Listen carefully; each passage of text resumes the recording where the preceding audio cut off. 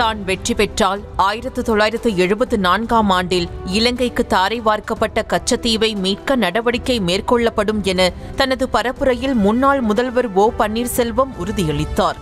ராமேஸ்வரத்தில் தனது பரப்புரையின் போது பேசிய அவர், ராமநாதபுரம் மாவட்டத்திற்கு புதிய விமான நிலையம் விரைவில் அமைவதற்கு பிரதமர் நரேந்திர மோடியின் நேரடி கவனத்திற்கு எடுத்து சென்று நடவடிக்கை எடுக்கப்படும் என்றார்.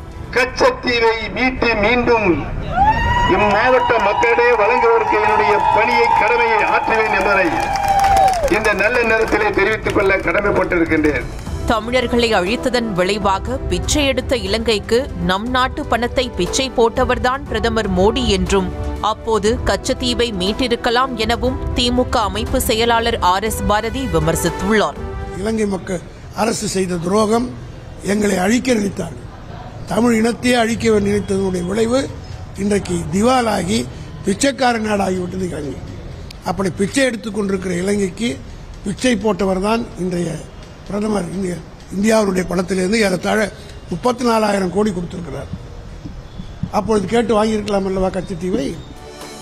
தான் இருக்கும் வண்டிதான் டெல்லி போகின்ற வண்டி என்றும், இதன் டிரைவராக தன்னை அமர்த்தியுள்ளதாகவும் பாஜக மாநில தலைவரும் கோவை தொகுதி வேட்பாளருமான அண்ணாமலை தெரிவித்தார். மருதமலை முருகன் கோவில் அடிவாரத்தில் சாமி தரிசனம் செய்துவிட்டு அவர் பிரச்சாரம் மேற்கொண்டார். 16 நாள் திமுக காரங்களை, திமுக அரசை 33 மாத காலமாக நான் பேசாத பேச்சு இல்லை. அதனால இந்த 16 நாள் நான் பேசினவங்க மாற போறது கிடையாதுங்க. அதனால்தான் திராவிட முன்னேற்ற கழகம் என்கின்ற வார்த்தையை நான் பயன்படுத்தின காரணம், இந்த ஒரே வண்டி தாங்க ஐயா டெல்லி போற வண்டி. இது ஒரே ஒரு டிரைவர் அண்ணாமலை மட்டும்தான் இருக்காரு. முதலமைச்சர் ஸ்டாலினின் கரத்தை வலுப்படுத்துவதன் மூலமே 10 ஆண்டுகால மோடியின் அவலம் நிறைந்த ஆட்சியை நாம் அப்புறப்படுத்த முடியும் என விடுதலை சிறுத்தைகள் கட்சி தலைவர் தொல் திருமாவளவன் தனது பரப்புரையில் தெரிவித்தார்.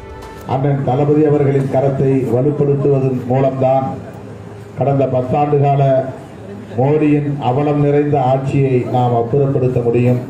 தங்கள் கட்சி வேட்பாளர்களை தவிர மற்ற வேட்பாளர்கள் காவல் நிலையத்தில் உள்ள குற்றவாளிகள் புகைப்படத்தில் உள்ளவர்கள் போல இருப்பதாக தனது பரப்புரையில் நாம் தமிழர் கட்சி ஒருங்கிணைப்பாளர் சீமான் விமர்சித்துள்ளார்.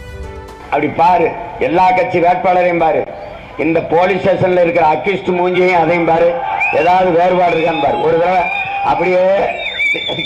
அப்படியே காவல் நிலையத்தில் போய் பாரு, அந்த மூஞ்சியெல்லாம் அங்க பார்த்த மாதிரியே இருக்கும்.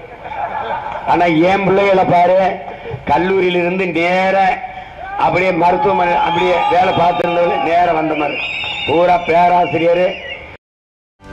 செய்திகளை உடனுக்குடனும் துல்லியமாகவும் தெரிந்து கொள்ள சப்ஸ்கிரைப் பண்ணுங்க.